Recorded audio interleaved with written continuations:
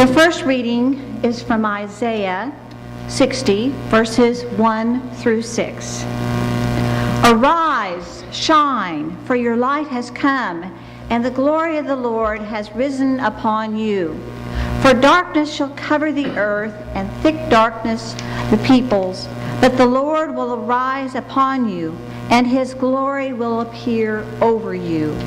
Nations shall come to your light, and kings to the brightness of your dawn. Lift up your eyes and look around. They all gather together. They come to you. Your sons shall come from far away, and your daughters shall be carried on their nurses' arms. Then you shall see and be radiant. Your heart shall thrill and rejoice, because the abundance of the sea shall be brought to you, and the wealth of nations shall come to you. A multitude of camels shall cover you, the young camels of Midian and Ephah. All those of Sheba shall come.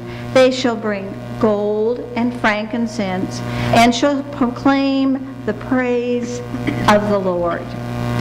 This is the word of the Lord. Gospel of Matthew, the second chapter. It's a familiar story, one you've heard before. So I invite you to listen again, turn on your ears, and hear what God would say.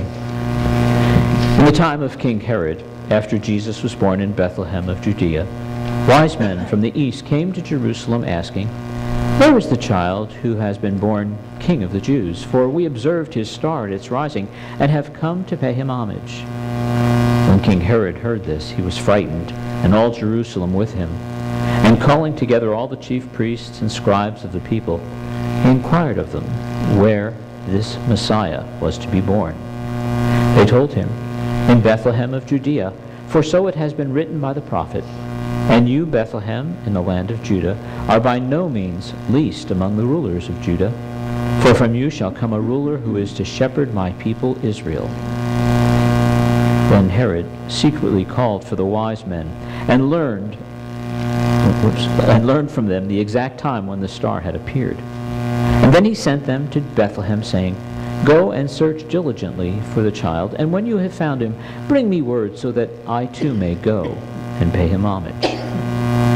When they had heard the king, they set out, and there ahead of them went the star that they had seen at its rising, until it stopped over the place where the child was.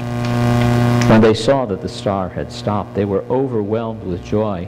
And entering the house, they saw the child with Mary, his mother, and they knelt down and paid him homage. Then, opening their treasure chests, they offered him gifts of gold, frankincense, and myrrh. And having been warned in a dream not to return to Herod, they left for their own country by another road. Now after they had left, the angel of the Lord appeared to Joseph in a dream and said, "Get up, take the child and his mother and flee to Egypt, and remain there until I tell you. For Herod is about to search for the child to destroy him." So Joseph got up, took the child and his mother by night, and went to Egypt, and remained there until the death of Herod. This was to fulfill what had been spoken by the Lord through the prophet, "Out of Egypt I have called my son."